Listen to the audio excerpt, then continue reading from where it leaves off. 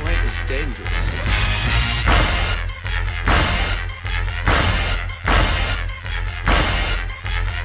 Bad feeling about this. You don't seem to understand something.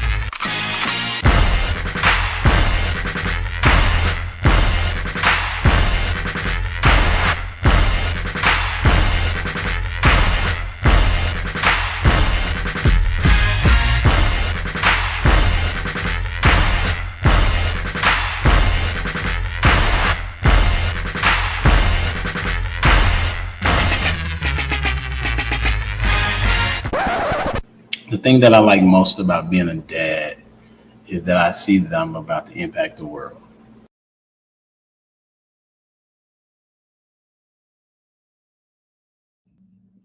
What's up, people? It's your boy Humble Dad back with another edition of Humble Dad Podcast.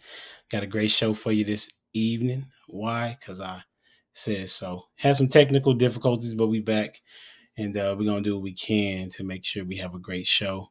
We're going to talk about that marriage is better than being single. Some may differ, but we'll see what everybody has to say on the panel. And the question that we're going to talk about first is, what's the best book or article you've read this year? And they say that Black folk don't read, but I think that's different with my panel. So we're going to start off with Miss Shanteri. Oh. What's up, Shan? Good evening, fine people. I'm going to be the typical Black. The only books and articles that I've read this year have had all the things to do with work. So special education. That's it. Yeah. What you learned from the book that you didn't already know? There's been some SPED laws that I've had to go back and look at. So yes, just understanding some compliance pieces for work. So that's been quite helpful. You don't want to mess over and have people suing districts, and I need my job. So yeah, that's very helpful, very insightful. Okay, that's a bet. We're gonna go with next to the stage, Mr. Martavius Young. I'm with that. Thanks for having me again, man. Absolutely. Best book this year. I actually had to go back through my Audible to kind of look, and the one that really stuck out to me was the UOU by Dr. Eric Thomas, or E.T. the Hip Hop Preacher. And I thought it was really good too. I really didn't know his backstory. I just knew he was a motivator, but just his backstory was crazy. And just some of the things that stuck out was like nothing shows up without doing the pre-work. I just thought he came on the scene motivating people, but he talked about just his history of just starting with the youth, starting with the kids, and just building his way up. So just knowing that you got to put the work in behind the scenes before your time comes. That way, when your time comes, you're already prepared. You don't have to get ready because you've been doing the work. So that one really stuck out to me, sure. That's what's up. Thanks for sharing. Then we're gonna come do the person that always has an answer. Mr. Prototype. What's good? Chilling, man. Glad you're here, man. Man, so to the question, the best book I've read this year is Men Dealing with ADHD. I've been on a huge journey of my medical health, so dealing with ADHD, all those kind of disabilities, depression, and that kind of stuff, man. So trying to figure all that out with myself. So that's the book. That's the best book I've read this year. So you finished that book? Yeah. That's what's up. How long is it? It isn't long. It took me about maybe 10 days. Okay, so it's like 250 pages or something like that? I don't know the exact page, but okay, that's what's up. You're so serious tonight. Golly. Okay, that's what's up. Hey, bring you to the stage, my homie, my friend, Mr. Dwayne Jones. You get my check. Come on. It's low, but it's on. All right. Animal Farm, George Orwell. What is that about? Fairly interesting. The pigs or the animals of the farm overthrow the humans because the humans are oppressive and no good, and they form their own government structure, and they try to govern themselves, formulate rules and all that fun stuff, just to oppose the humans. So it was interesting, based on like as for government, like I think it was the Soviet Union in which it modeled it by. So it was like a satire or a play on that. So was it recommended to you? Yeah, it was recommended to. Well, it's one of those instances where a couple of times you see it beforehand, and then somebody mentions it, and then it's like, all right, let me go ahead and check that out. So that's how it was. Fairly interesting. Real. Yeah. I could see the I think it's 1984, the other George Orwell book, where he predicts like a lot of the stuff that's happening in our society today, and that was a similar play on that book to see how it's same tactic. That's what's up, man. Appreciate you being here, bro. Mr. Consistency. All right. And welcome to the stage, Miss Lady Di. What's up, y'all? How are you? I'm good. Thanks for being here. Good. So the book that I've been reading for this year has been the Good Old Bible. I've been getting, closer with that. I used to read the King James version, which they say is like one of the hardest ones to read. I'm glad I did kind of start there because it gave me some newfound vocabulary. But as far as that, I switched over to the NIV version. So I'm just getting into that and kind of starting from scratch. So do you start at a particular book, or you just open it up and just go? No, it depends on what I'm learning through the week. It would depend on what book I go to. So I never start from the beginning because that's not how the Bible works. It's here a little, there a little, Everywhere a little. Okay. There's a verse for that, but yeah. That's a bit. And welcome to the stage, my homie, my friend, the young OG, Mr. Trill AC. What's going on, G? Chilling, man. How you doing, bro? Amazing, man. Appreciate you asking. Absolutely. Appreciate you being here, man. You got the question? Yeah, the book I'm reading now is called A Thousand True Fans by John Longhurst. It's like a marketing book almost. It's like when people building platforms and building businesses and brands and stuff, a lot of times they be focused on how I can get the most people to my product. But that book, teaches you to kind of hone in on the true fans and like make sure that you please them. And by proxy, they're going to go out there and do the advertising for you and bring in more people. Because word of mouth spreads faster than any type of ad that you can buy, right? So if you're taking care of your 1,000 true fans, if you can get 1,000 true fans, then you can be successful in any business if you're treating them right. So that's the gist of it. That's what's up. What's the name of the book again? 1,000 True Fans by John. Oh, 1,000 True Fans. Okay. Mm-hmm. Yeah, I've heard that philosophy. What made you get into that particular book? Well, I mean, I've just been going back and forth, just trying to take in, insight as far as like just building the brand even more bigger than it is. And, a lot of times, like I get caught up in it too. I'm like, man, how can we get to other demographics in here? How can we do this, do that? And, I was just looking up marketing books and they say that was a real important one. So I was like, man, I never heard of it. So let me check it out. That's how I am. Like I gotta read like one book a month. So that was, that's my book this month. But yeah, hell of a read, man. That's what's up. How long did it take you to read it? I'm not done yet. I'm not done. I'm about halfway through. All right, cool. Let me get this question started, and then I'm gonna have to take care of something real quick. Right? We're gonna keep it real simple. Many people have it confused. Some people got it right, some people got it wrong, but who's to say? Because like we talked last week, it's all about perspective on who's the messenger and who is receiving it. But we're gonna start with this. How would you define marriage? How would you define marriage? Okay, and we'll start with prototype, and then of course you'll let me know who goes next. Man, for me, it's simple, man. I would define it as the Bible does, man and woman, straight like that. So straight out of the word is how I would look at it. With the whole Christ is the head, then the man, then the wife, children after that. So that's kind of that's how I go about it. Let's go with Lady Di. Okay, so for me, I like that answer, but for me, it would be sacrifice. if you don't know how to sacrifice, then you shouldn't get married, because through a marriage, well, before a marriage, you have to sacrifice to even be with the person that you're with, even if it's small. But in a marriage, you're going to go through things. It doesn't have to all be bad, but you're going to go through things where, working together as one is a sacrifice, kind of, because you're so used to doing stuff by yourself. So you have to learn how to adapt and not be selfish. So once you do that, there's going to be things that you have to be selfless on, and you're going to put it, okay, well, let me have my husband do this, right? And then you have to kind of take a step back of humbleness, so you can do those, so your husband could do those things, or even your wife. That's just a form of sacrifice that no one talks about. They say that's the hard part of marriage, but it's really not, because once you put it into your heart, into your mind, it's easy. That's what's up. I appreciate that. Who you got going next? True.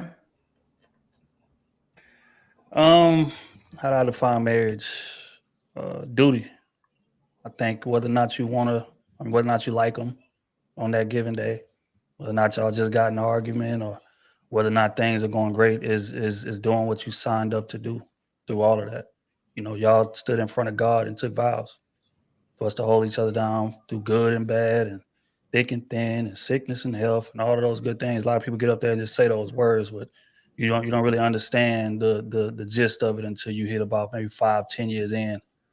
And then it's like, okay, I see what they was talking about. Because that's when the trials and tribulations really start coming in. You see what I'm saying? But when they come in, are you going to be willing to stand firm on what it is that you promised to do? Most people not. And that's why most marriages, that's why about half, or a little over half of marriages don't last. Because a lot of people prepare for the wedding, but they don't prepare for the marriage. So in my opinion, if I had to summarize it, it's duty.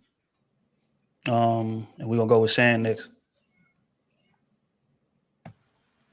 All great answers. I'm going to add to it and say a contractual agreement, a binding contractual agreement that we should not be able to just get out of because of how we feel. Marriage to me also does not necessarily include love.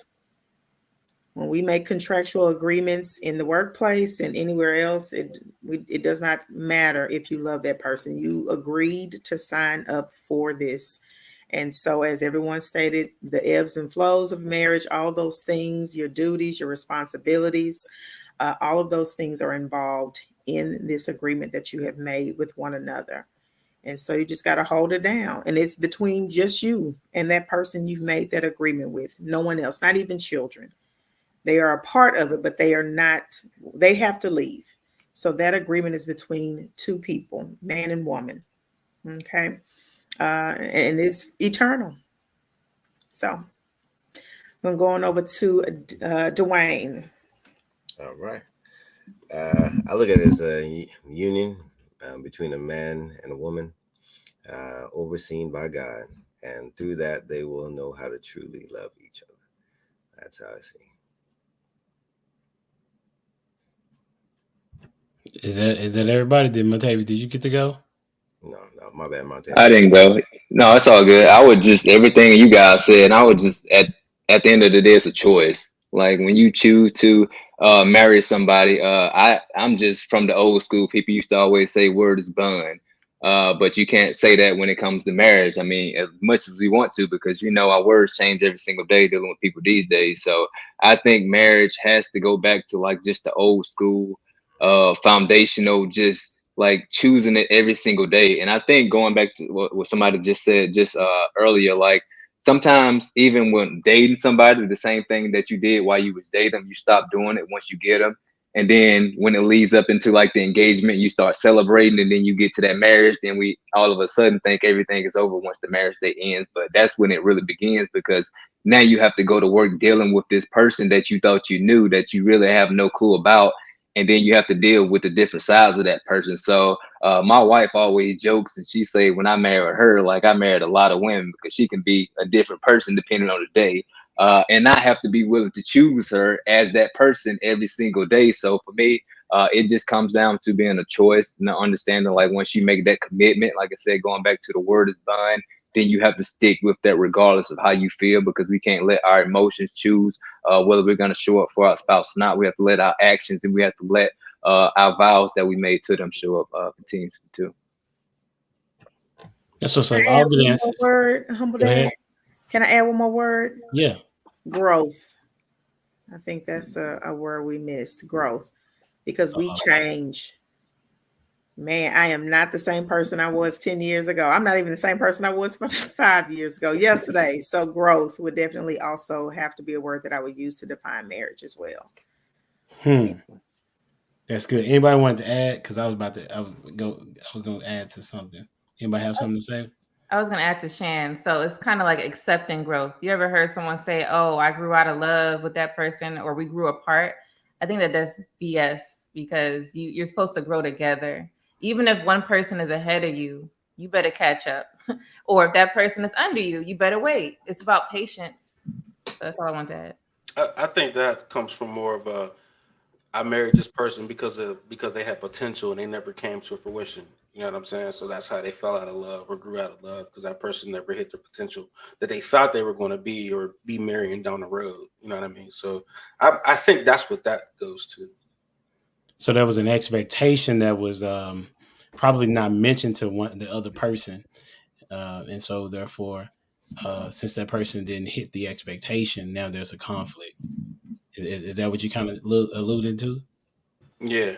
Okay. Some people in the chat say, like, "Are y'all sad?" they say look like y'all had like a long day. That's what they said. I want to go to something that Shan said, and I'm gonna have to take a pause for here in a short moment, and somebody have to take over for a little bit. She said something about that marriage is not just about love, right? It's not about love. Is that you said something like that, right? Okay. Yeah, we don't get married. Some people do get married for love. However, as you go through the trials and tribulations of any relationship, you're not going to love or feel love or like people every day.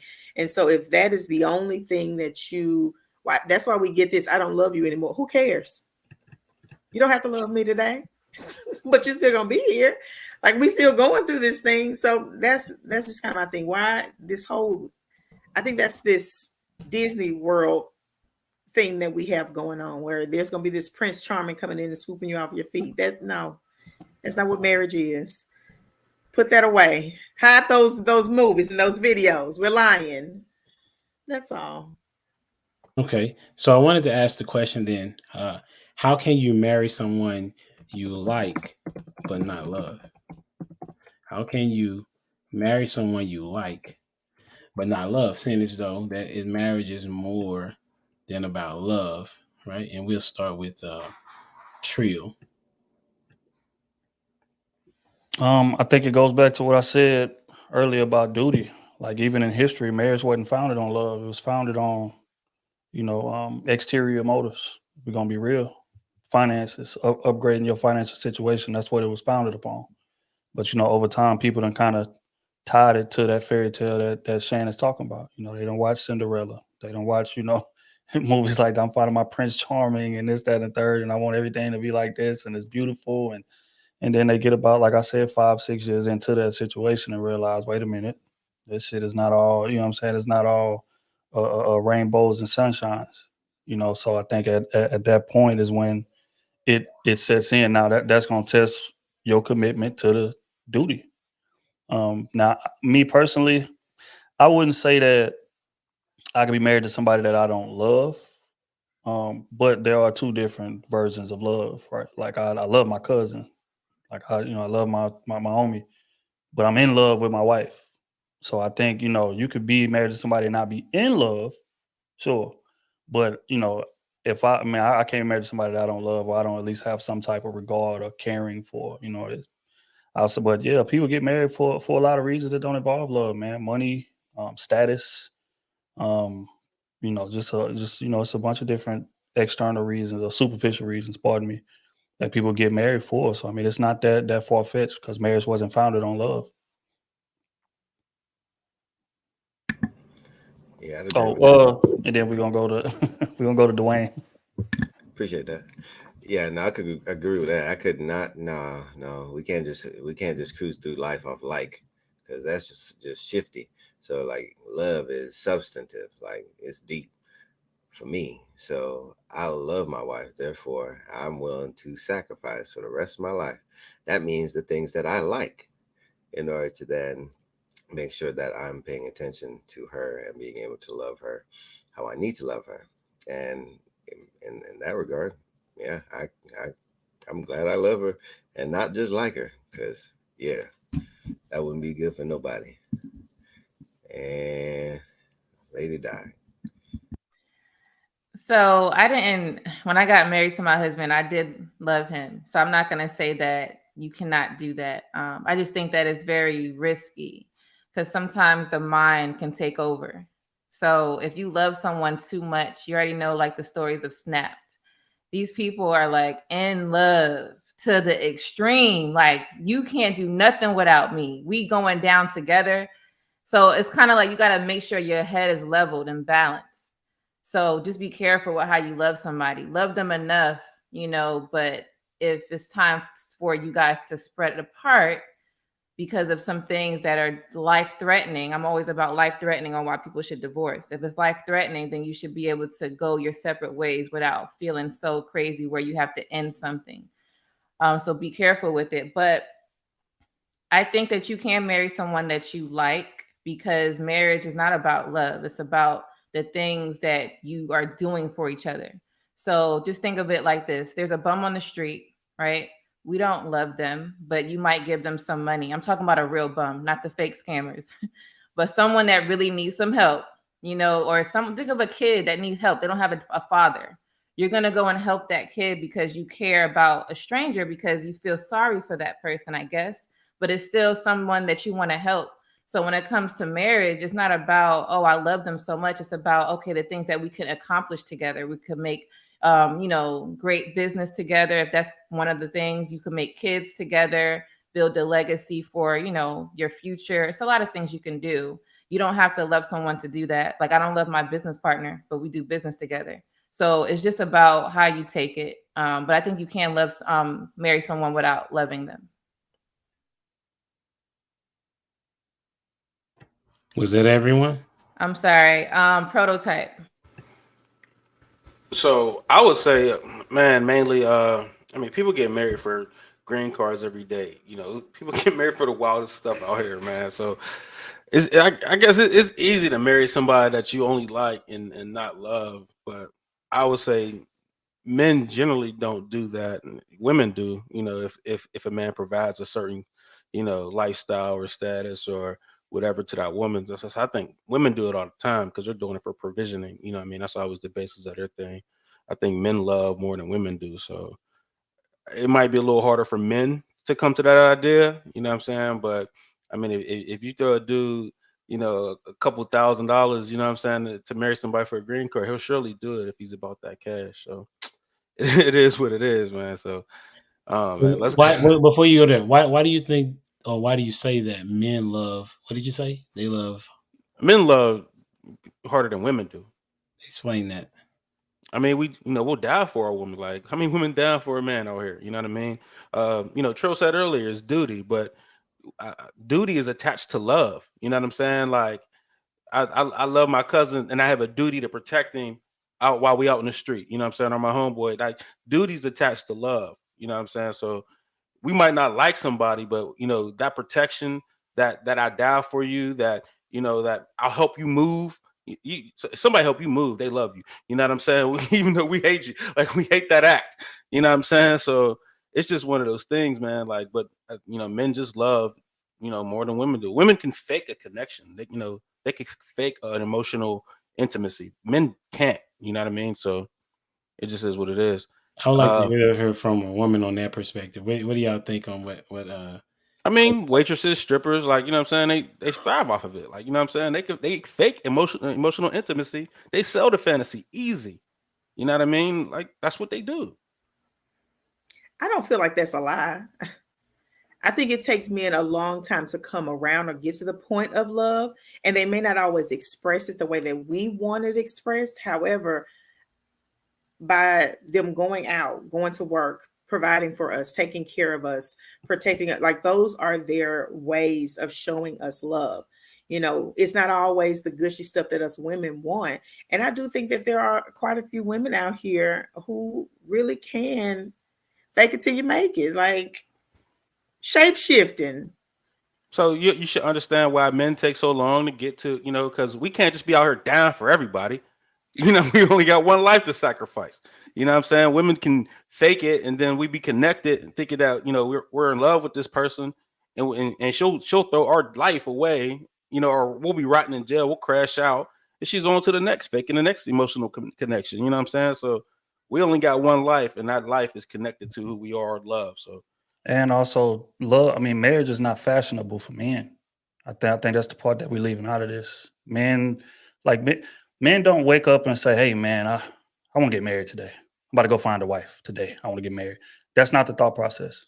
Women are programmed to have that thinking. As a matter of fact, a lot of times they validate each other based on their ability to get married. Like, if you see two women argue, one of them married, one of them not, what's the first insult gonna come out? That's why you ain't married. I mean. I'm married. I mean, I don't know. You know what I'm saying? Like they're going to reference it because it's a status symbol.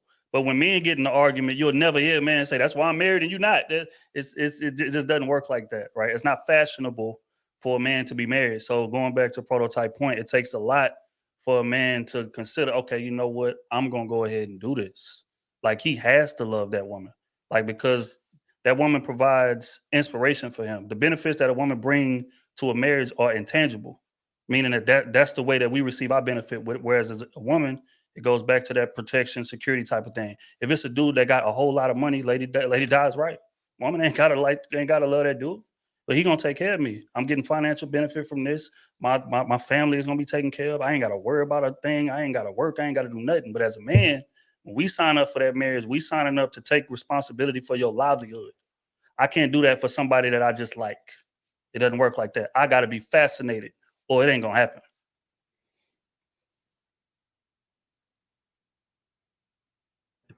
Who you got going next? Go ahead, Martavius. But I choose. Okay. Go ahead, prototype.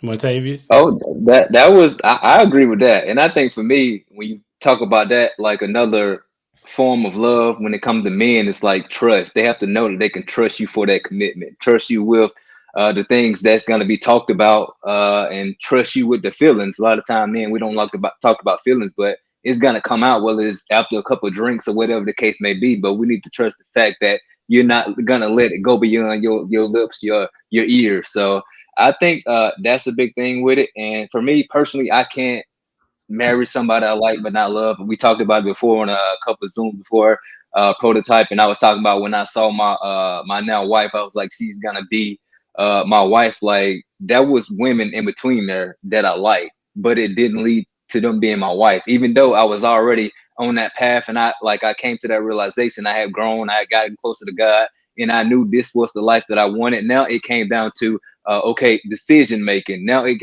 came down to, like, are you willing to commit to this life that you're saying you want to build? Are you willing to make decisions not based on emotions? Are you willing to make decisions not based on just liking someone? Can you go deeper than that? And I think once I started getting off the surface and actually going deeper and seeing people for who they truly are, not just what they look or what they wear or whatever that case may be, then I start seeing them differently. So when I did see my wife, I knew that there was something different about her, and I said, I'm willing to be committed to that.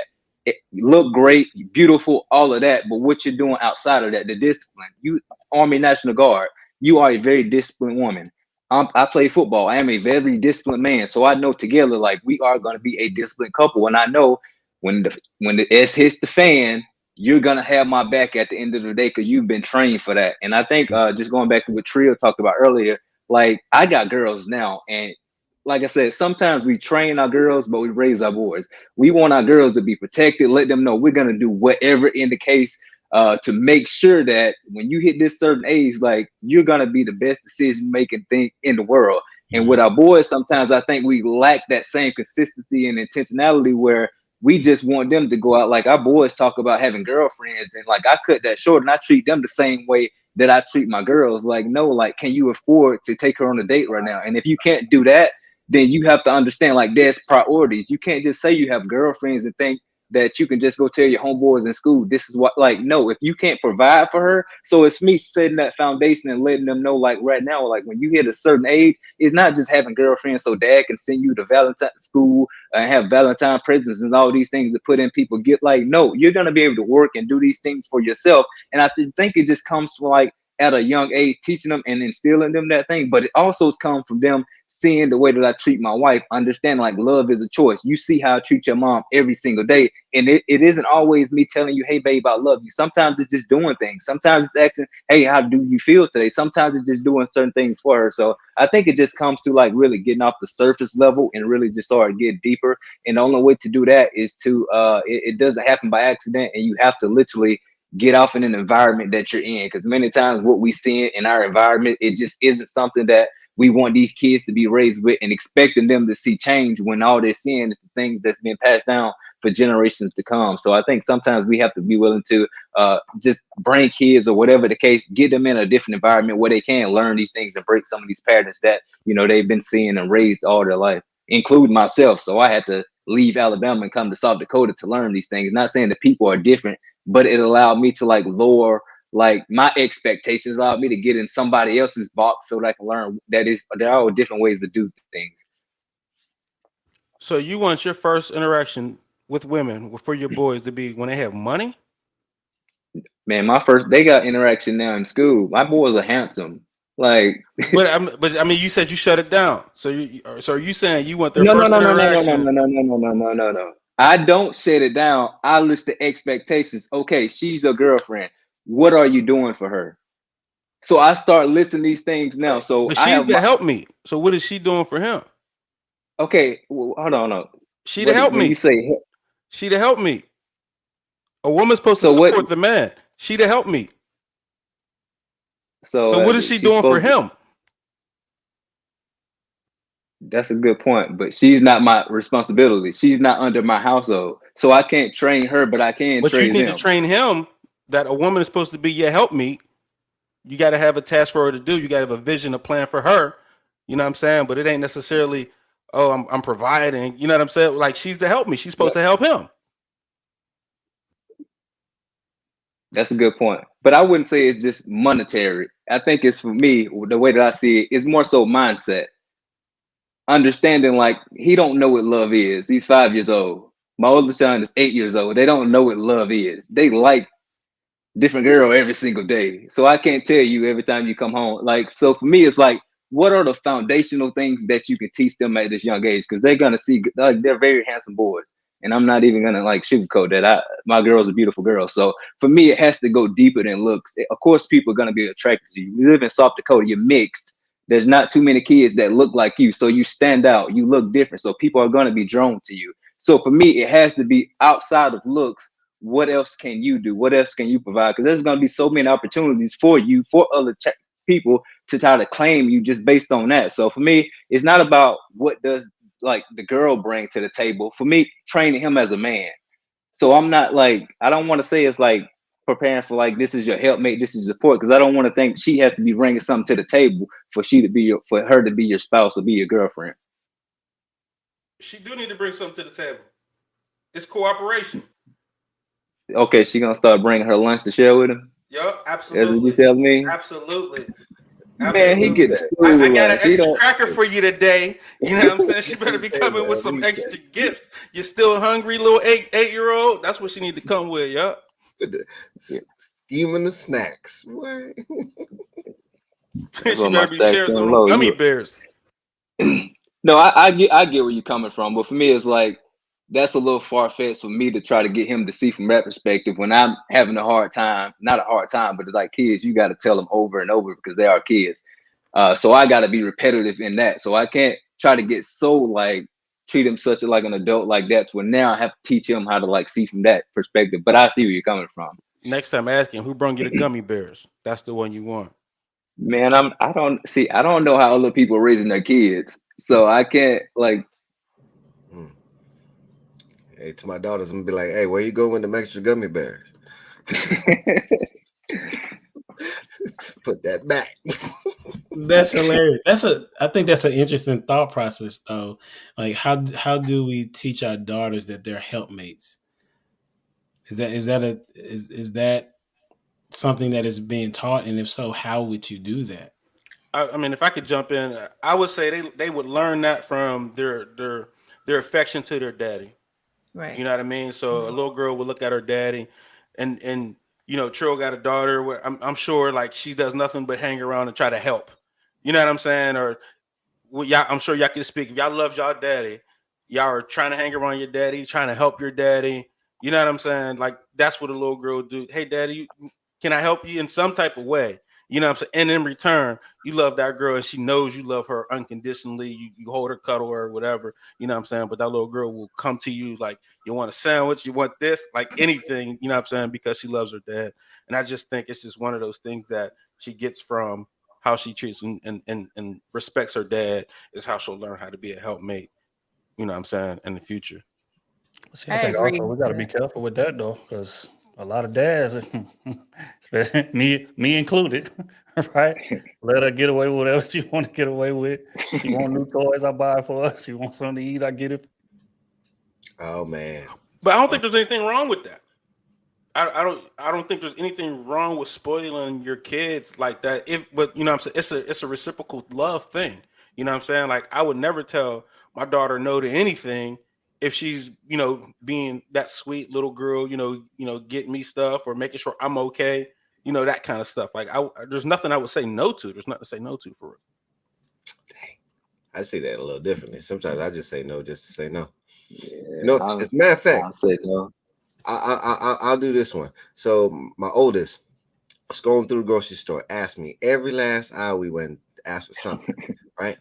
And then we got outside. She said, "Good job, Dad. Good job. I thought you were actually going to get me something."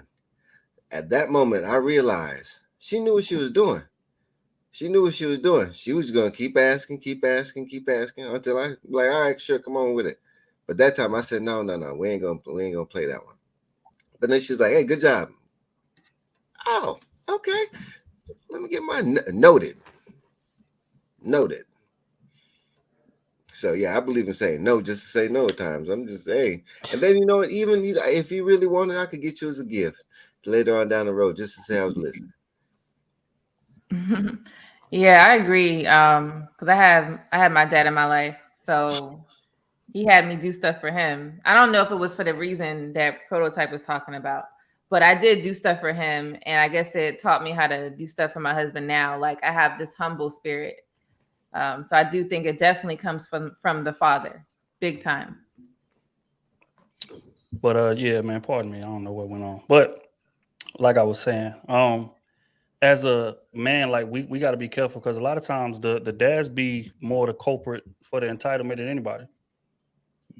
Because we tell our I don't even want him hit. Like, what is he doing for you? He needs to need to bring this to the table. He need to be doing that. He need to pay for all the dates. He need to treat you this way. He need to do this. He need to do that. He need to do this. He need to do that. But rarely ever do we sit our daughter down and say, "Hey, this is what you do for a man that you really like, or this is how you treat a man." That conversation is not had.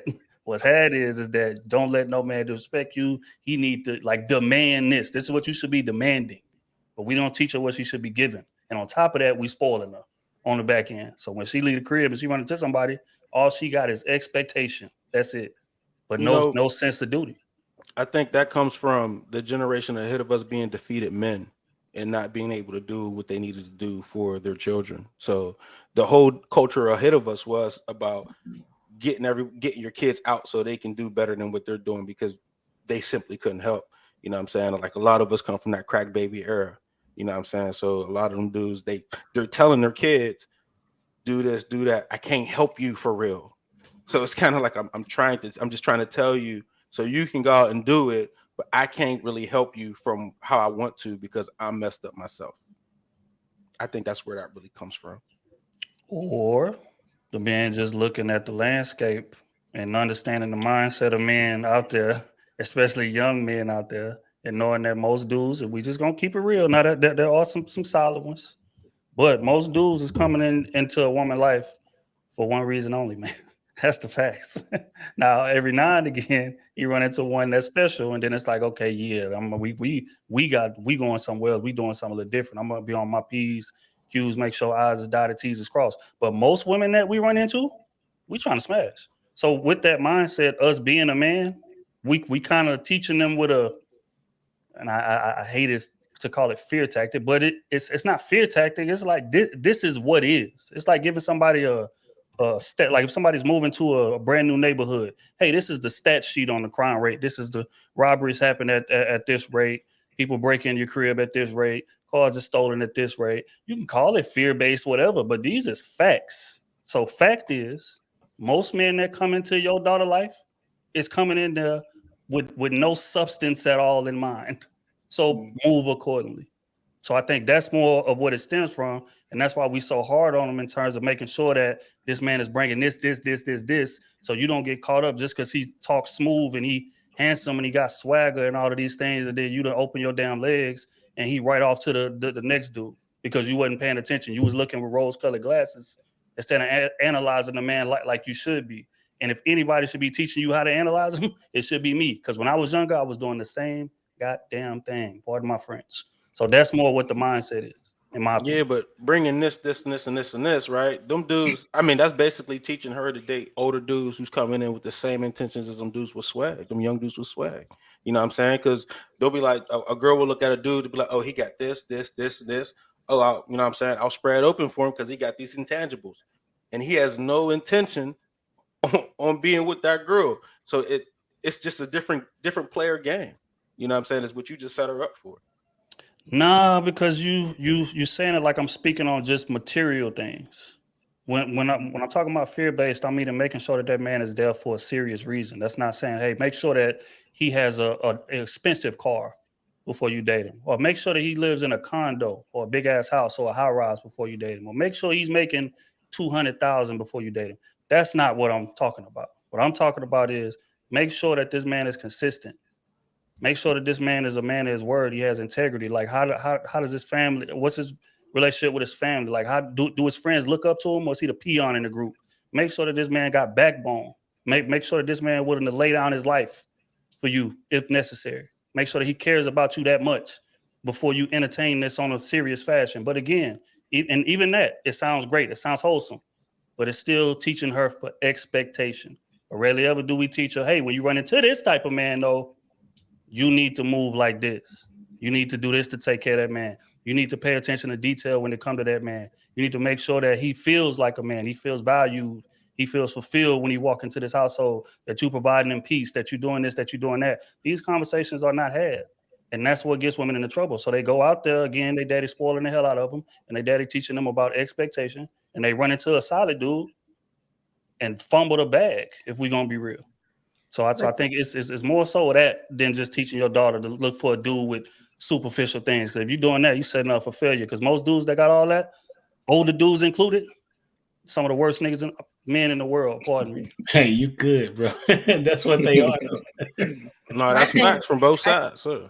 I think one of the biggest issues, though, is that women are not teaching their daughters that.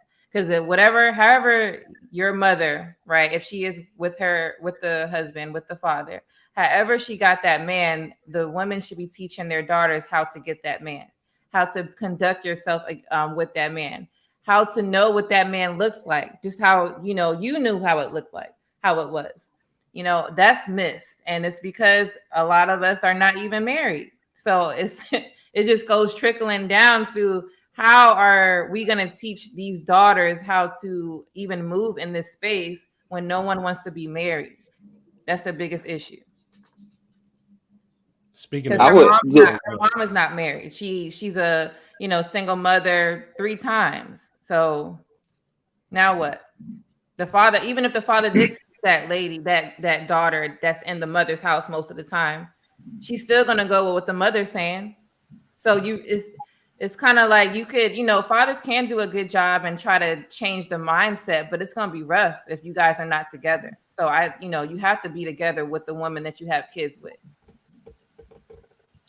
Absolute facts. Montavia, you was about to say something? Yeah, I was just gonna say, like, for me, it's not about teaching my boys how to get the girl or teaching my girls how to get the guy. Like, when I talk about this, my whole goal is to teach my sons how to be men.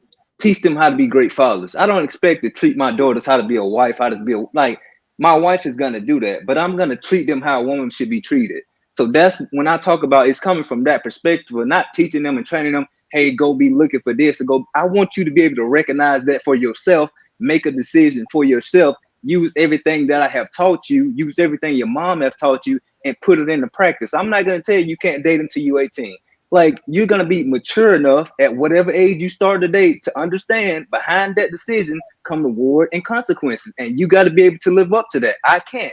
For me, when I talk about these things, it's coming from that perspective because I didn't have my dad in my life to teach me how to be a man. All I saw was examples or excuses that I didn't want and I didn't want to live up to. So I had to learn as I grew, and the part of that is like you have to go through some things. You got to make a lot of mistakes. So now I don't run from my past. I just use that to teach other people and try to get people to see from the perspective of a young guy who's been and done all of these things. But at the same time, that's not who I am because I made a decision and I made the choice to pick up some books to learn from some guys who are married, to learn from some guys who are doing great things in this world and try to instill that into my kids and pass it on so that we can break this generational pattern that's going along. So for me, I don't want to think outside the box. I don't want to think I'm better than anybody, but I'm going to teach my sons and I'm going to teach my daughters the way that I wanted somebody to like show me how to treat a woman. Like if I just had one person to teach me that at a young age, like so many girls would have been saved for me, but it didn't happen. So my job is to teach my son these things so that they don't think that it's okay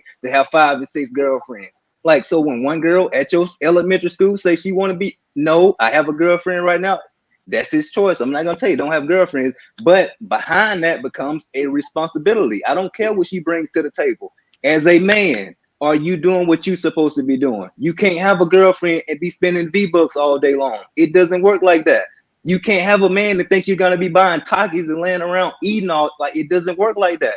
It comes responsibility with these things, and like as much as we want to wait and talk about make them great when they get to high school and be flashing by you the Jordans to get you the car and do all of these things, no, you're gonna have to go to work. You're gonna have to learn some things. Like for me, I do not want my kids to get it how I got it because they're not raised that way. I was raised in the ghetto.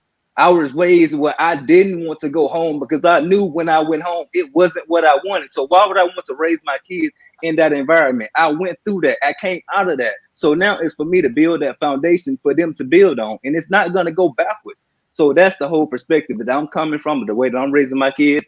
And my wife is from here and she's from a totally different perspective. So prototype, when you say helpmate, I don't look at my wife as somebody who like she's gonna help me in certain areas. For me, helpmate is psychological, it's spiritual, intellectual, it's so many other ways. I want her to be able to help me when I'm slacking in those areas and me do the same for her. So for me, I don't see it as like helpmate being something like physical, what she brings to the table. It's like, no, like at the end of the day, this is my marriage. What I lack, you pick up. Where you lack, I pick up. Together, that's how we're going to help build this successful marriage to pass down for our kids to build a foundation on that they can continue to grow and build on too. So, like when I talk about these things, I get excited because I know what I came from. I know what I've seen growing up, and I know what I don't want. So I have to make a choice every single day. This is what's going to happen. At the same time, not being like, let's talk about pastors' kids and why they do what they do when they get out of the house.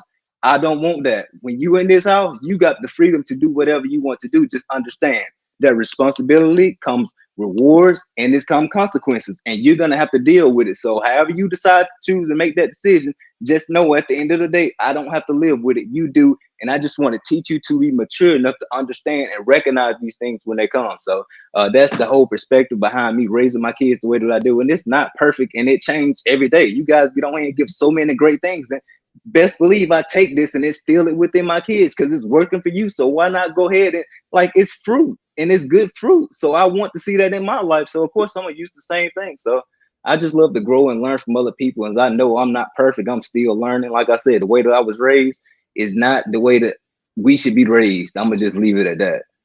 That's what's up. Dwayne, you had something to add? Really? Oh yeah, you on your silent talk to this today. Okay. And your mute button off and everything. You know what I'm saying? Hey, this is good. So I want to say that most people on the panel, I would say everybody on the panel is an advocate for marriage, I would say. And so with that being said, you know, what's the interesting about how people talk about marriage is that, they'll say, well, 50%, I think I've said this before, 50% of marriages end in divorce, and those that are married are unhappy, right? Those are things that are being stated out in the public sector, right? So my question, as an individual that would want people to be married, I'm coming from this angle. How would you advertise people to be married? How would you advertise? And I give you some think time. And it's a free for all, so whoever wants to go. How would you advertise people to be married? That's easy. So I'm married. I'm happily married. So just come take a look, see how happy I am. You want some of this? All right, cool. I'll show you how to do it. It's not hard. It's because what happens is, really, to be honest, people talk bad about their marriages all the time. Oh, he didn't do this, he didn't do that, right? And then you see sometimes the guys are not in the house, they're at the club, bar, whatever, right? The connection in the house is off. So when people look at that, they're like, that's marriage. But then you skim over all the happy ass people that is like literally doing it. And I'm not saying happy every day. We all know that we don't have, agreements every day, but we know how to conduct ourselves to make it through and make it last a lifetime. But what other people are saying is people getting divorced because they're not happy. So of course, looking at it overall, they're like, marriage, I don't want that. But what happens is also, you can't blame the people who are getting divorces. You as a person have to be smart enough, wise enough to look past that and say, hey, I know I want marriage. I can't let these people spoil what I want, because I know that it can be great. So let me go look. Let me go seek. Let me go do research. A lot of us don't know how to do that. It's about, okay, what's being brought to my eyes, but then you don't go look and see further. You have to go do your due diligence. That's what I did. I did my due diligence. My parents are not married anymore. They got a divorce when I was 10. But I didn't let that say, hey, I'm not going to get married, because they was married for like 15 years. And okay, well, damn, they held it down 15 years. I'm not going to be able to do that. No, that's stupid. That's them. What about me?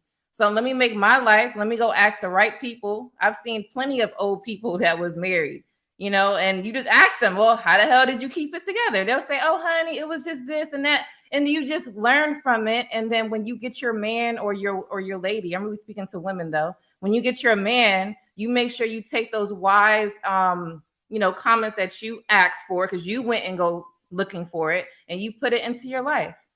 So it's just work. People are lazy though. That's another topic. Because if I say, hey, you go and look on research, they don't want to do that. So if you want to be married, to advertise it, you just have to look and see the good in it, not the bad in it. If you don't want to get married, then that means when you look at people, you're going to look at all the bad stuff, and that's going to be your excuse to not be in it.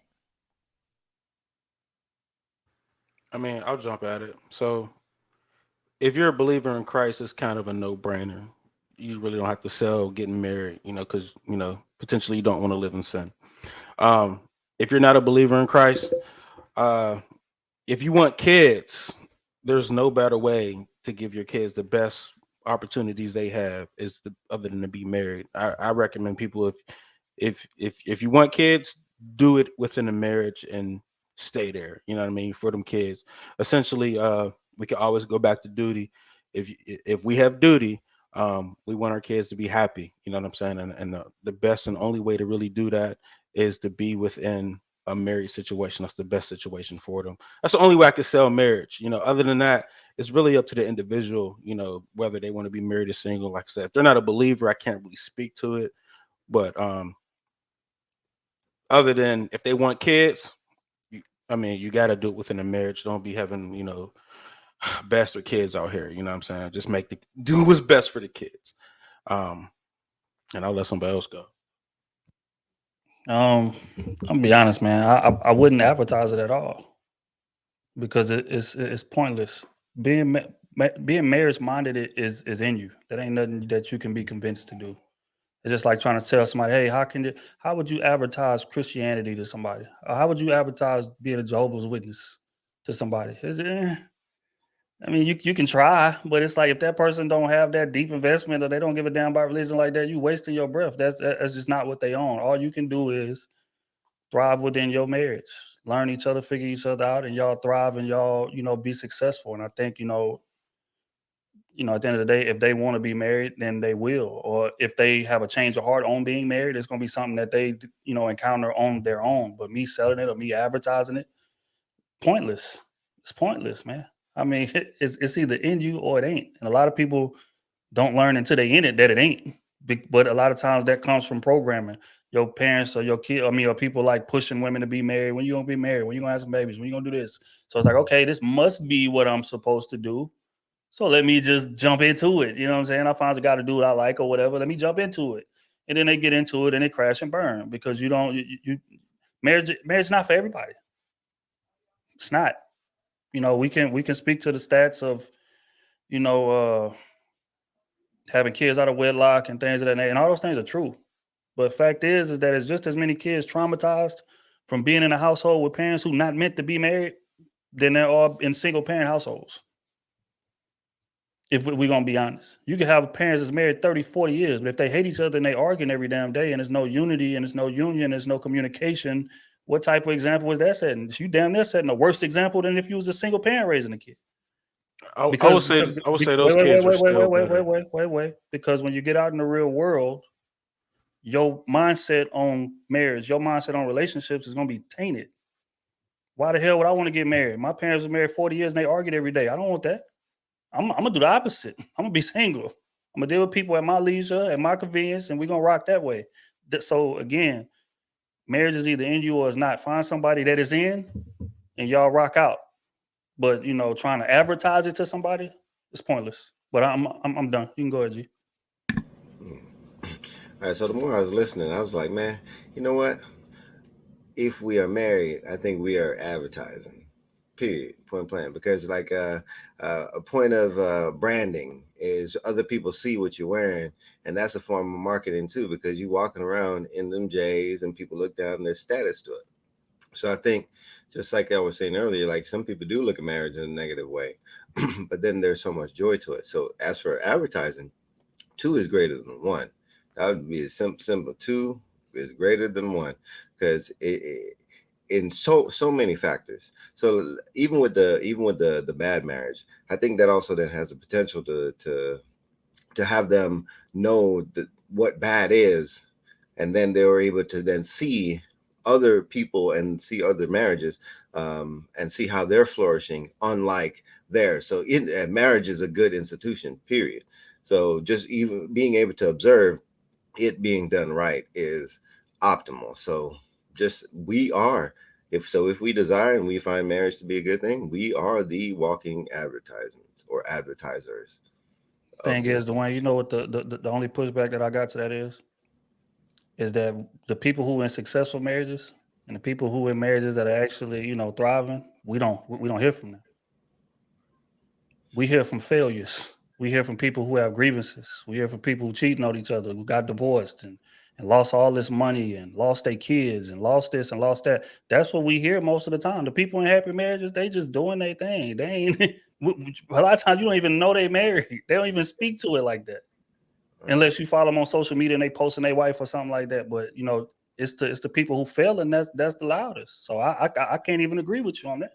Well, see, so and that's what I enjoy about that, because we invest in our marriage. So we'll go to these marriage conferences, we'll go to these marriage classes, we'll sign up for those things as a form of education. So to that specific point in which you're talking about, there's multiple videos in which we watch where through those mistakes in which are made in marriage, it shows that how the bond of marriage can even be strengthened through the disappointments in which we cause to each other through that institution. So like watching that recovery process, watching that forgiveness process, that restoration process in marriage through those failures, like I now get to observe from other people's failures and learn from it, and then be able to hopefully not be able to fall into that pothole or even that blind spot. That's they're giving you a heads up. So I think even in that, true love starts with a love for people. So telling your stories. So there's people out there that are willing to tell their stories, tell how they failed, so that others won't, because they also too believe in the institution of marriage. They just fell into temptation, which we all are able to do. I agree with Dwayne there because I learned from people's failures and I was like, hell nah, I would never do that in my life ever. And I would proceed with something that's the opposite. A lot of us learn differently. So I guess we all have different learning techniques. But I do believe you can't do that with everything, but I do believe you can do it with life lessons. So if you want to see what not to do, go look outside. You see somebody on the street that shouldn't be there. You're like, cool, I would never do that. How did they get there? Cool, I would never do that. And then you proceed to do the opposite. So, but see, okay, I understand what y'all saying, but I feel like it's speaking from a very ideal perspective. If we just break down what advertising is, selling something, right? So if I have a business, most people are not going to want to buy my product if I'm showing how much it fails. So in regard to what y'all talking about, y'all learn from people failing and y'all still fought through the adversity and the doubt and all of that to try to make it happen anyway. But most people, if you show them failure after failure after failure after failure, it's not going to persuade them to want to go do that is essentially what I'm saying. So I think the remedy to this is I think more people who are happily married is going to have to start speaking up on that. But fact is most people, and not even here, growing up in their own household, the marriage didn't work. My auntie and uncle got divorced. My cousin got divorced. My sister tried to get married. They was married for 2 years, got divorced. My grandparents, they got divorced. Like, you just seeing divorce, failure, kids separated, money being lost, people hating each other at the family reunions, all of this type. That's not going to motivate most people to want to go jump into that, is essentially what I'm saying. Just because it did, y'all seen the failures and looked through it and said, hey, I'm just not going to do it that way, but I still want to do it. I don't feel like most people are wired like that. And that's why advertising is set up the way it is. I'm going to show you the greatest successes of what my product does so I can try to sell it. Even and it may be some bullshit if we're going to be real. But if I can find 5 or 6 people that it worked great on, that's what we're going to show if we're trying to advertise this. So that's my only issue with what y'all saying. Most people see failures. If I had to throw a percentage on it, probably 70% of the time in terms of marriage. So that can do way more harm than good is essentially what I'm saying. And it's going to do way more harm than good for most people. Y'all are just exceptions.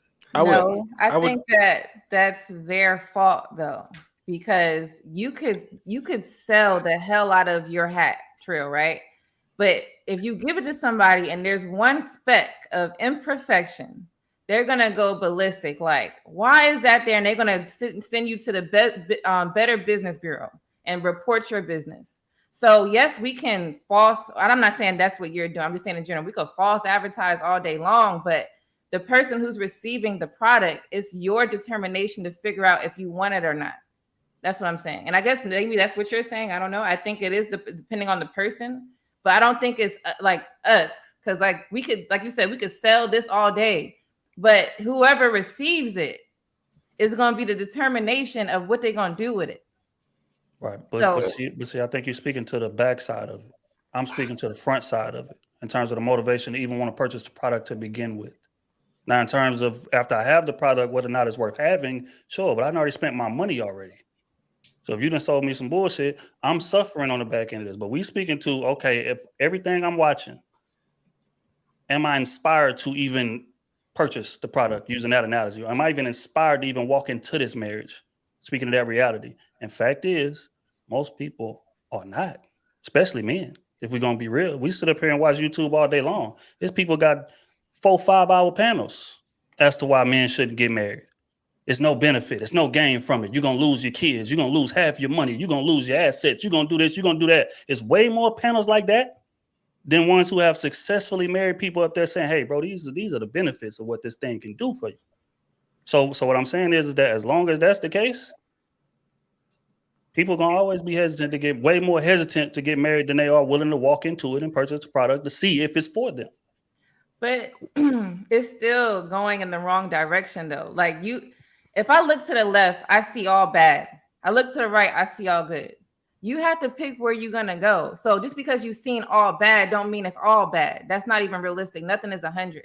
You got to move to a different space of life, go to a different area where you're going to see more success. Just like when you date women or date men. If you know when you date men at the club, you're going to get a whole bunch of nonsense versus you going to the gym. You still got to maneuver in a different space. So I get what you're saying, but I still think it's based off of the person that's buying. So I'm Go so ahead. sorry. Go ahead, Warren. I agree with what y'all are saying. I think there's a bigger advertiser though.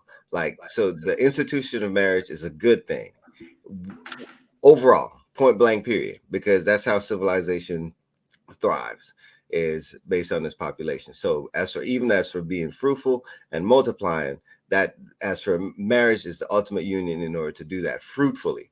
All right.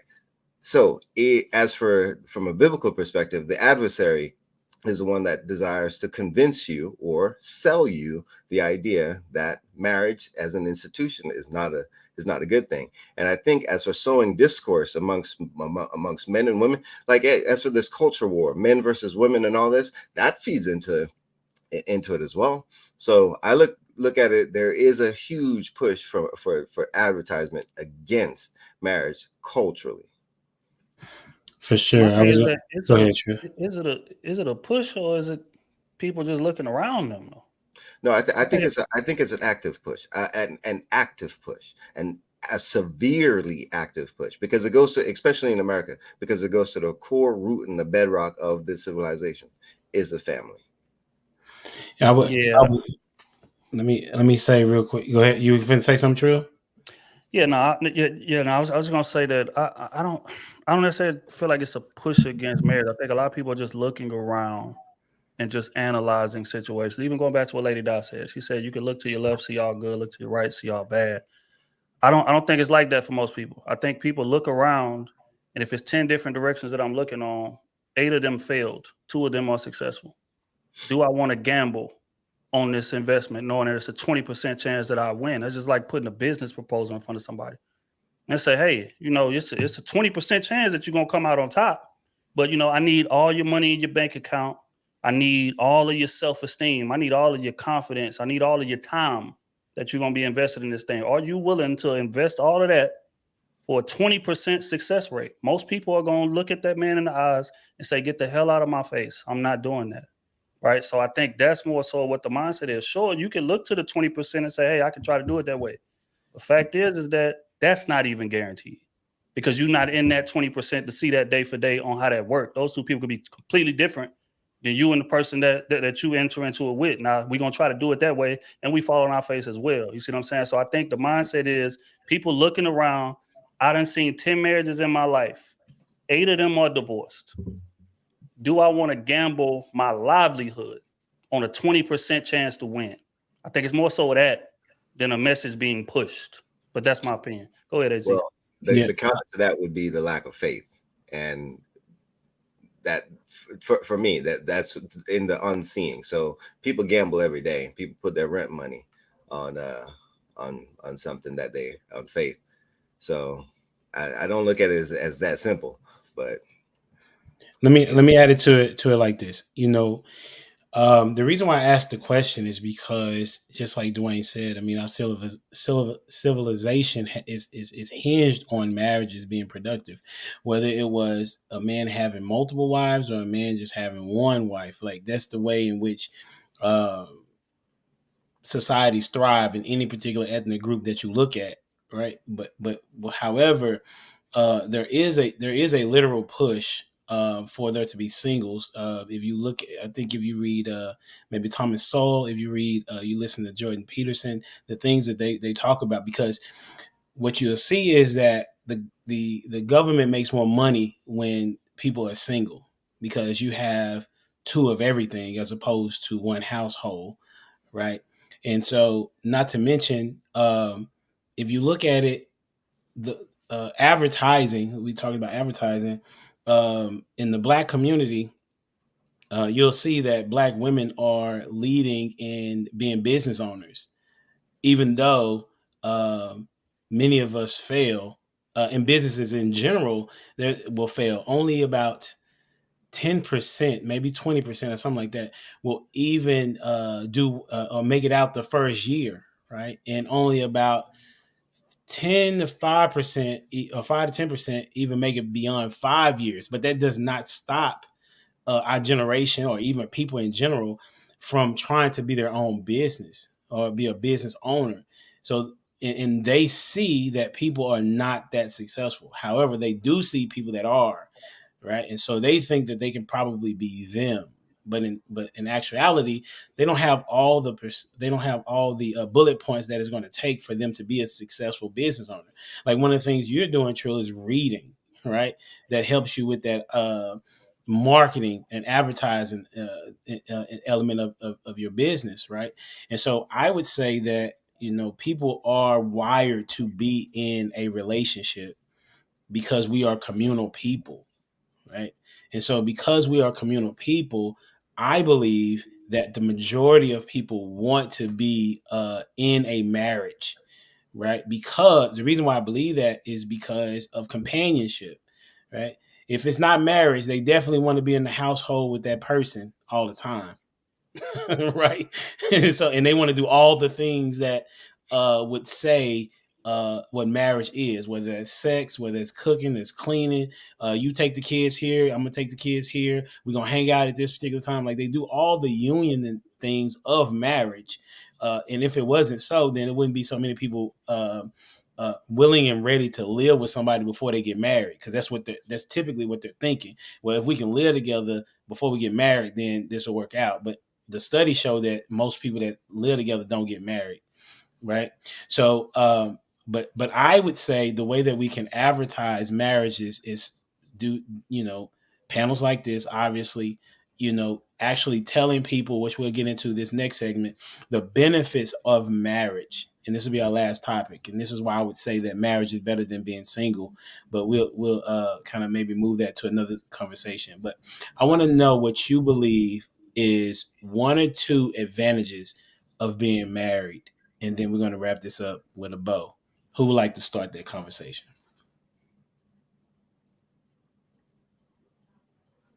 All right. Man, for me, when I looked at, growing up, when I looked at successful people, successful men, man, they just always had wives. That's just what it was. So I always just had in my head that successful men are married, and me wanting to be successful, man, it kind of came with it. So that's kind of how I always kind of peg my head around it. I don't know many men that are successful who are not married. They always got wives. And I think for young, dangerous men, it settles you down from making them idiot decisions that you once, didn't care for. You know what I'm saying? You didn't care for your life. You didn't care for certain things. So you was making the wildest decisions at the roughest times. You know what I mean? So I think it saves a lot of men's life. It can save a lot of men's life if they're, if they're dangerous and don't have anything to lose, kind of a situation. It kind of settles them down. You know what I'm saying? You get a wife to kind of protect yourself so you can get focused and, be on your dean. You know what I'm saying? So that's the benefits of it, is for one, like I said, most successful people are married. And for two, it should settle you down and get you focused and driven towards your goal. It should help you in that way.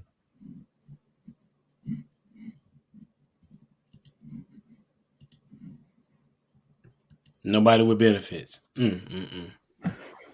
For me, I was married. Go ahead, Sam. Thank you, Trill. When I was married, the concept of a man having a dream or a vision and then me having something to hold on to and to build with him. So this idea of building, whether that is your vision, your dreams, a family, was very important in a marriage. And I think for most people that this idea of building is important. Also leaving a legacy, like you want to have your name be able to be passed down from generation to generation to generation.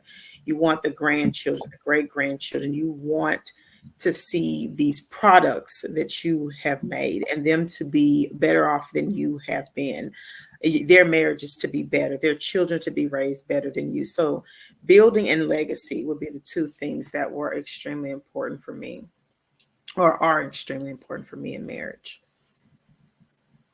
Yeah. First off, I just want to say that the hesitation to answer this question, I think, speaks to my point. But that's another conversation for another day. What it does to me, right, is again, it goes back to what I said earlier. Marriage is like religion. It's about what it does for you. You know what I'm saying? So we can speak to the numbers about finance, successful, and things of that nature. But in terms of what it does for me, it provides me structure. For one, it's just like, and I'm gonna throw an analogy out there. It's just like going to Starbucks every day, right? But you ain't necessarily signed up for the program. You ain't necessarily got your star. You ain't necessarily got your, swipes. You ain't got your account made. You go in there, you spending money on this every single day. But you ain't necessarily gaining anything. Like you're not building anything from it. There is no light at the end of the tunnel, right? Compared to if I'm signed up with Starbucks and I'm spending my money every single day, every time I spend, it's an investment into what I'm building, my points and my prizes and my free drinks that I'm gonna get on the back end, things of that nature. It's the same thing with marriage. I could easily be out there just sniping women every other weekend, easily. But on the back end of that, there's no fulfillment in it. I'm not gaining anything from it. You know what I'm saying? As a matter of fact, if after you do it so much, the women become faceless. It's just something to do, just to get me through the day or the night. Or I'm leaving out the club, I'm drunk. I just want to smash something right quick, send it to the crib, and I'm gone. That's what you're doing when you're not married. You see what I'm saying? But when you married and you building something with this person, like every single thing that I accomplish is going toward the pot. If I graduate from college, that's going toward the pot. I'm bettering our, ability to spend money. The more money I make, that's going toward the pot. The kids we bring into this thing, that's going toward the pot. That's an investment. All of this thing is tied to what it is that we building. We, me and you, my name is on it. I'm not at the end of the night sending you back home and just shit. Let me see who's gonna be next tomorrow.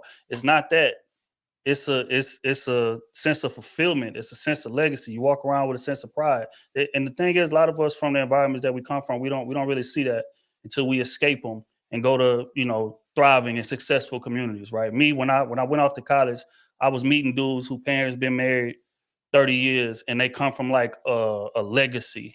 Right? Like it was pride in that last name. Like, hey, my last name is Tanner or whatever. My granddad was a, foreman over here and his name is on this dorm room building and this, that, and the third. Like, that's what real legacy is. It's something that can be passed down. It's something that can be like, it's pride in that. But a lot of us don't even come from households with marriage in it. Shit, us and our mama got different last names. So there is no pride in the name. You see what I'm saying? So that's what I'm saying. It's about fulfillment. It's about building. It's about, establishing some type of legacy that the kids that we bring into this thing and the grandchildren and the great grandchildren can benefit from. If I'm out here just sniping women every weekend, I'm not doing that. I'm just buying drinks at Starbucks without building my points up, man. And I ain't trying to do that. All right. Listen, y'all, we was silent because someone is supposed to tell the next person when to go. That did not happen. So I'm going to go. So it won't be silent. So I believe marriage is the benefits is pretty much a purpose to do something. Some of us have no drive. Why? Because you don't know why you're doing it. So for example, if I was single, up till I was 25, if I was single, and I was, accomplishing all of my goals. But then I can't go home. I mean, when I go home, I'm going home to myself. So then now I'm 30 years old. Now my income went to 100,000. Now I'm at a 200,000. All right, cool. I got 200,000. I got some properties, I'm investing, whatever. Okay, I go home. Still, there's nothing there, right? Okay, now I'm 35 and I keep doing the same thing over and over. Where am I going home to? Why am I doing all of this? To do what? Please myself, please my mother, my father, my family. Wow, Lady Di has made it. That's what's up. Now where the kids at? Where the husband at? They still gonna be looking at me like, empty, you're empty. We need something. You need to fill that pot up. So it's about purpose. So for me, it's a drive. Like the stuff, why I'm even here anyway, Dating to Marriage, that's the name of my page, is to help people get in a space where they're level-minded in marriage, because everything outside of that sometimes could be very toxic. I'm not saying you have to be married, but if you're single and you're living a life full of a whole bunch of nonsense that Trill was saying, then that's not purposeful. Like, you need to make sure that you're going in a life where you have a purpose to make something great. Even if it's just your household, you're making your household great. You got one kid, you got a wife, cool. Y'all making that great, and then you're gonna send that child out doing the same thing, and it's just gonna keep going on and going on. That is the benefit of marriage. If you just out here just living, you know, you're gonna go travel the world by yourself. That's cute, but at the end of the day, you're gonna get old, and then what? You're just gonna be cute by yourself on the beach? No, you gotta still have something, somebody, and I'm not talking about a child. I'm talking about someone who you're in love with, who you want to spend the rest of your life with, grow old with, someone that, I'm not trying to be pushing wheelchairs, but I'm trying to be dramatic. You're pushing the wheelchair, he pushing your wheelchair, something like that. You want to make sure that you have some type of support. And people keep saying, oh, well, he's going to die before me and all this stuff. Stop all that. Let's live like we see people doing that, but we are the younger, right? The younger generation that could change it. Go work out, drink your gallon of water, eat healthy food. Maybe you could live longer than what you're seeing. It's about what you're eating. It's about what you're doing. It's the stress that you're putting onto your life. Try to be more happy, right? And then you could see more of a success. So it's about purpose and it's about family. That's it. Young, you could go. I'll jump in. For me, is having a relationship, a marriage that reflects Christ. I'll say that, which I struggle at. But I think having that thing to reflect on is what keeps me humble. So, despite how I feel, or if I don't like my wife, the Bible says to love your enemy. So even if I feel like she's my enemy, right? Why she do this to me today? I did not need it. That don't matter. You still gotta love. And that's what's so difficult, because like, hey, you gotta work through it. If you believe it, you gotta live it. Not only that, you get to change the world through generations, like what y'all were saying, as for having that legacy. Oh yes, be fruitful and multiply. That's living it out right there.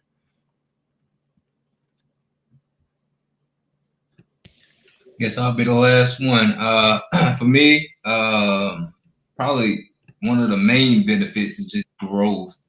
We talk about two becoming one. Like, I just got done planting flowers in the front for my wife, and I think about those flowers. Like, once I plant it, like, nothing happens, but as long as you continue to water it, same thing with your marriage, continue to go to work, build your marriage, you have to understand, like, those roots are going to go down deep before you start seeing the progress up top. So for me, it's just about that growth.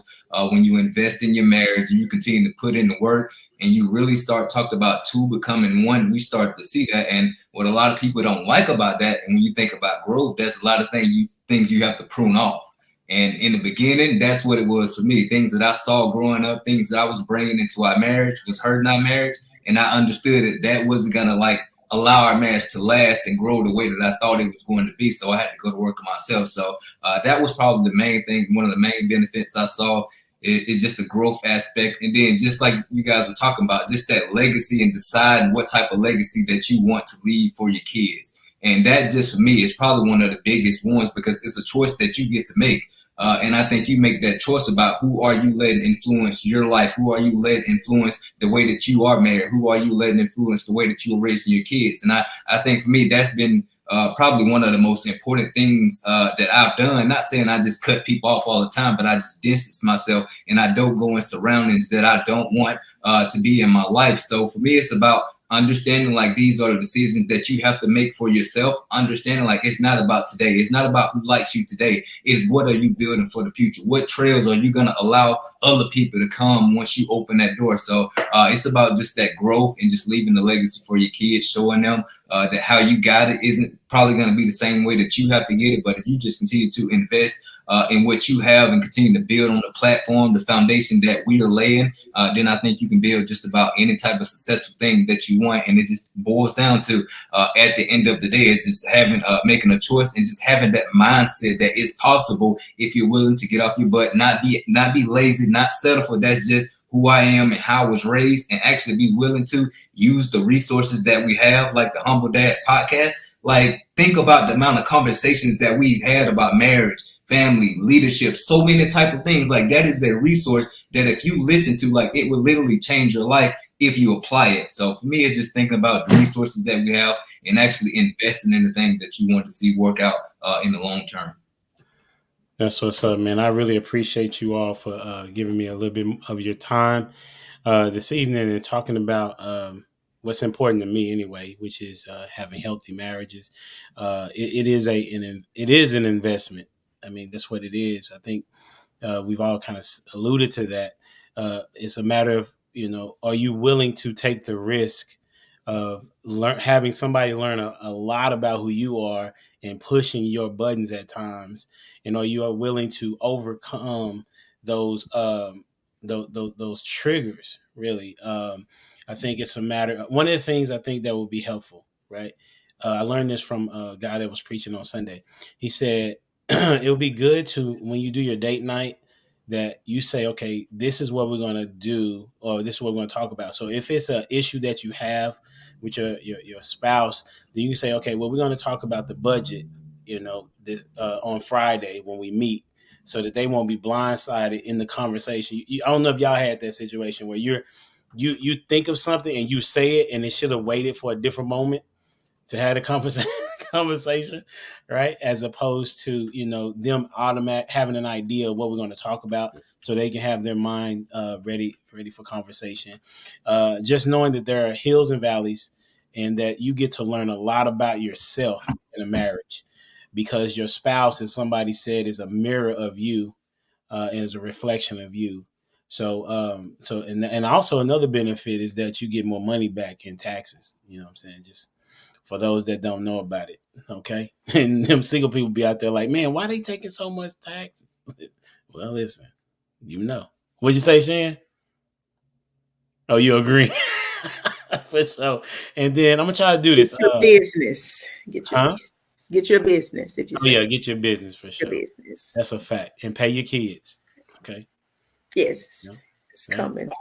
So there are a couple of super chats. I think this is how I go. I don't typically get them. You know what I'm saying? So, and these go to those that are tuned in from their channel. It says, Grizz Treats $4.99. Trill, my girl tried to ambush me with cruise season shorts.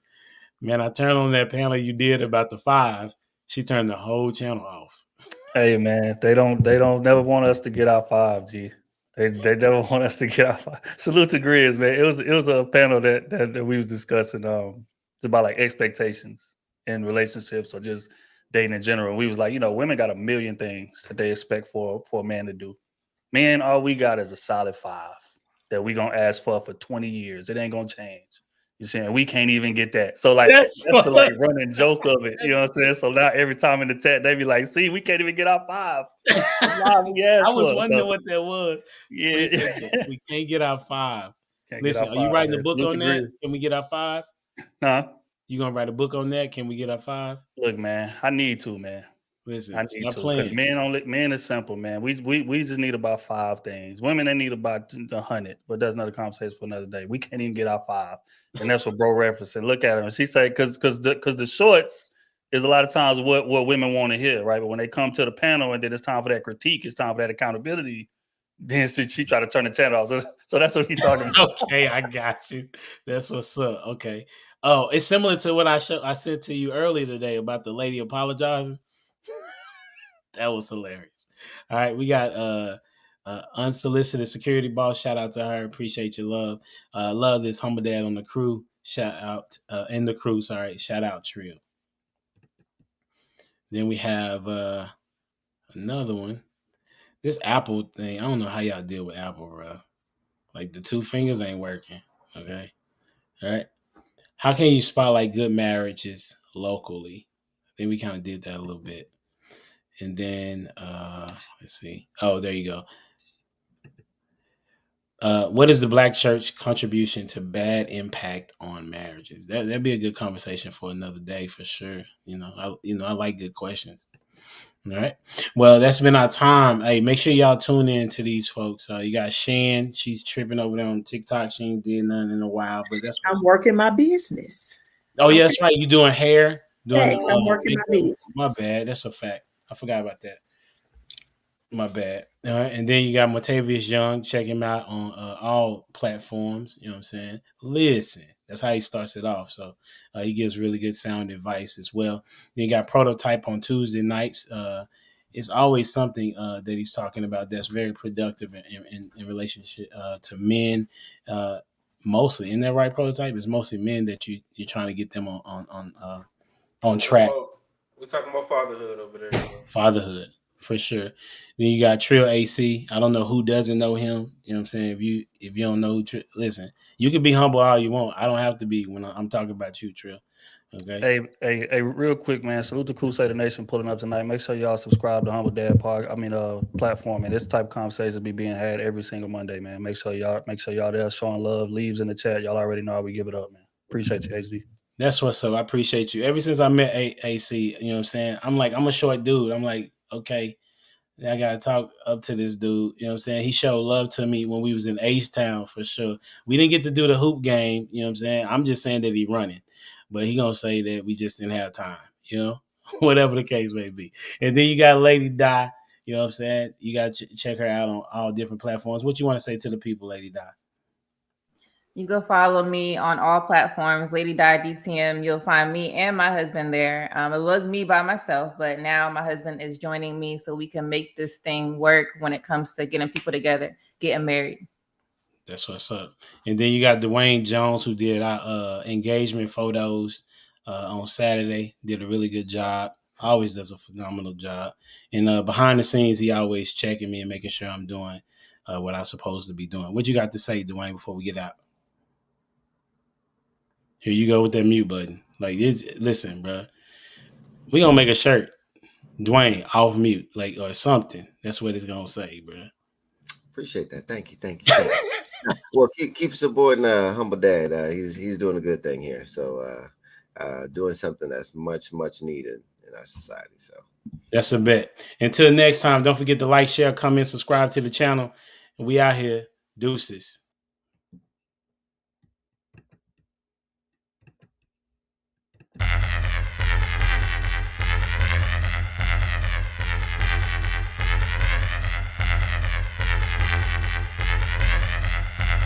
The boy is dangerous.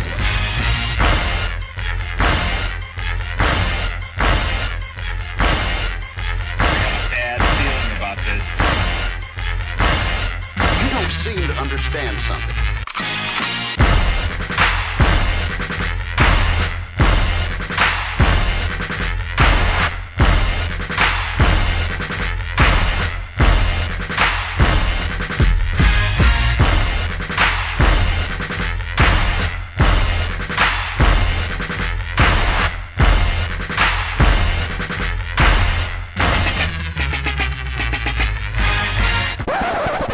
The thing that I like most about being a dad is that I see that I'm about to impact the world.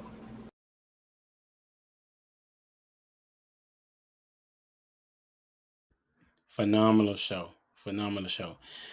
Really appreciate all the people that came out to pay a little bit more, to pay attention to what's going on. And for me, I want marriages to thrive. And if you having a struggling marriage, I would say that you need to look inward and see what can you do better, as well as understand that things are going to get better. Just stay with it.